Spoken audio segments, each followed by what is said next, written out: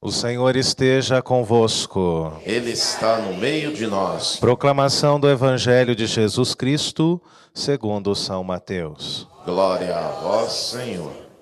Naquele tempo disse Jesus aos seus discípulos: Nem todo aquele que me diz Senhor, Senhor, entrará no reino dos céus, mas o que põe em prática a vontade de meu Pai que está nos céus.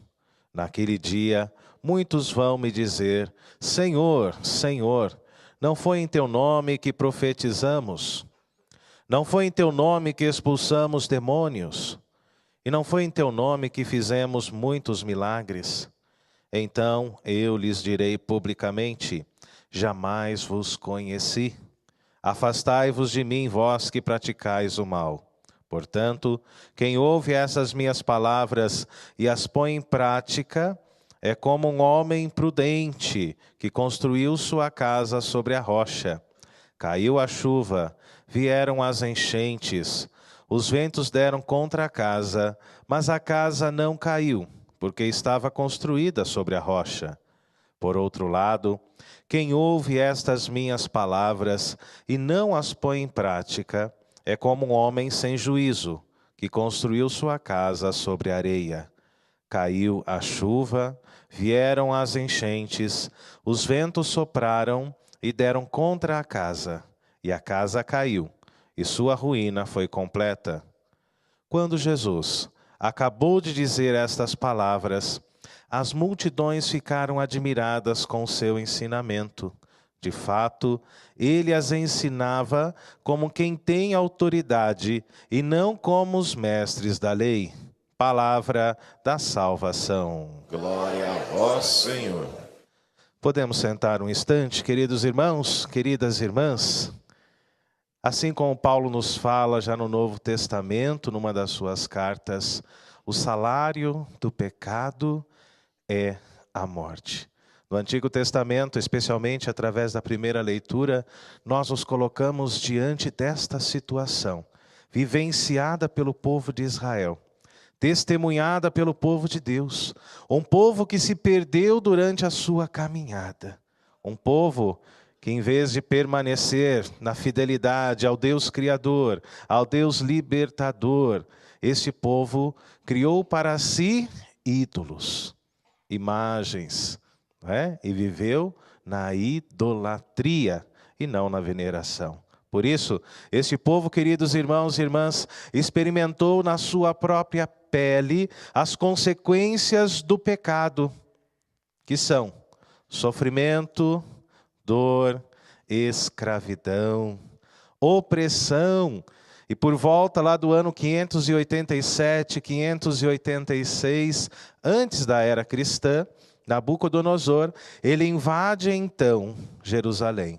O rei da Babilônia, ele destrói toda a cidade, saqueia o famoso templo de Jerusalém, construído com todas as pompas, não é?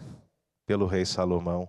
Leva todos os habitantes, então, para o cativeiro. E ali o povo de Deus, o povo de Israel, que era fiel ao Senhor, viveu o seu suplício, a sua escravidão.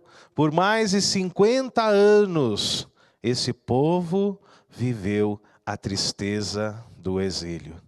Até que finalmente Deus mais uma vez interveio. Agiu de forma misericordiosa, mesmo diante do pecado, mesmo diante da infidelidade.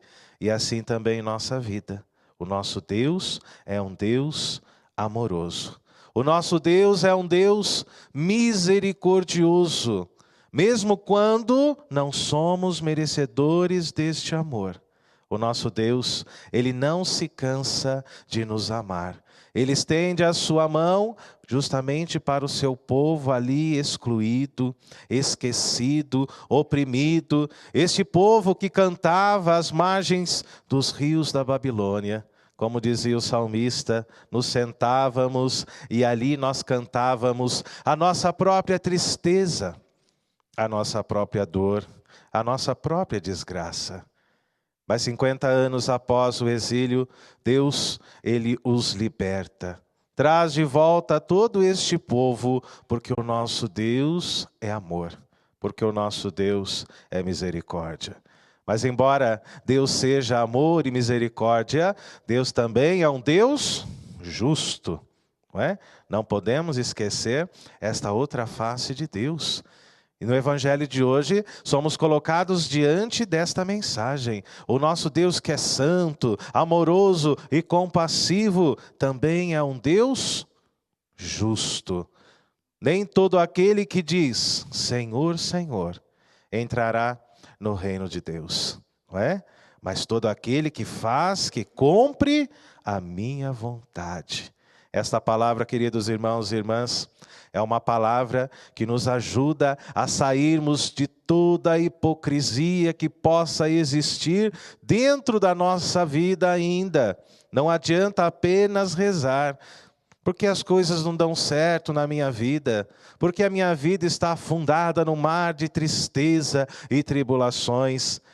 Eu rezo, eu peço a Deus, eu assisto à Santa Missa, quando posso vou à igreja, não é? Muitas vezes nós argumentamos com Deus dessa forma. E por que as coisas não estão acontecendo, Senhor? Porque não basta apenas dizer, Senhor, Senhor. Os fariseus faziam muito isso, não é? Os fariseus rezavam de forma bonita, de forma muito bela, eram admirados e contemplados pelo povo no seu tempo. Deus não quer uma fé simplesmente de aparências. Deus quer de nós uma fé verdadeira. Uma fé que seja capaz de testemunhar o seu amor, o seu nome com a nossa própria vida, não é? E assim nós vamos dia a dia nos colocando na vontade de Deus, como dizia São Paulo. Já não sou eu, mas quem vivo. Quem é que vive? É Cristo quem vive em mim. É Cristo quem vive dentro do meu coração. E é isso, queridos irmãos e irmãs, que nós falamos, que nós chamamos de abraçar a divina vontade dentro da nossa vida. É ir transformando o nosso coração, não é?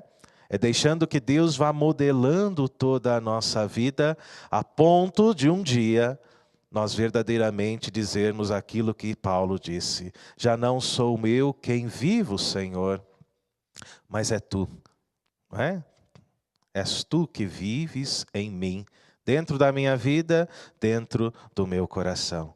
Por isso que hoje, queridos irmãos e irmãs, possamos realizar um exame de consciência, possamos realizar um exame de vida, para que não permaneçamos mais no pecado, mas que possamos correr para o amor e para a misericórdia de Deus. Que possamos nos libertar de todas as nossas prisões, de todas as nossas idolatrias. O que é que ainda te aprisiona? Quais são os teus pecados? Quais são as situações da sua vida que merecem libertação? Nós sabemos, não é? Nós conhecemos. Ninguém melhor do que nós pode dizer isso, não é? Nós mesmos sabemos do que nós precisamos hoje. Precisamos, Senhor, da Tua misericórdia. Precisamos, Senhor, da Tua libertação. Precisamos, Senhor, do Teu Espírito Santo, para que Ele nos coloque novamente neste caminho de verdade, neste caminho de vida, para que possamos, como verdadeiros discípulos, testemunhar o Seu nome, não é? Assim como o Santo Irineu foi capaz. Homem consagrado a Deus, que combateu a heresia lá no século II, de maneira muito específica, o gnosticismo. Homem que foi perseguido por causa da sua fidelidade. E não esperemos um caminho diferente, não é? Ser cristão é para os corajosos.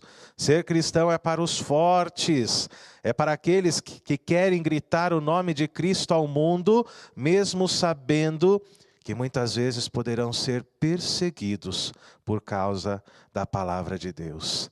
Mesmo assim, nós não estamos sozinhos. O Senhor derrama sobre nós o Teu Espírito Santo, Derrama sobre nós os frutos da vida no Espírito, para que tenhamos fé, força e coragem de continuar testemunhando o seu nome, muitas vezes num mundo cheio de aparências. Louvado seja o nosso Senhor Jesus Cristo. Para sempre seja louvado.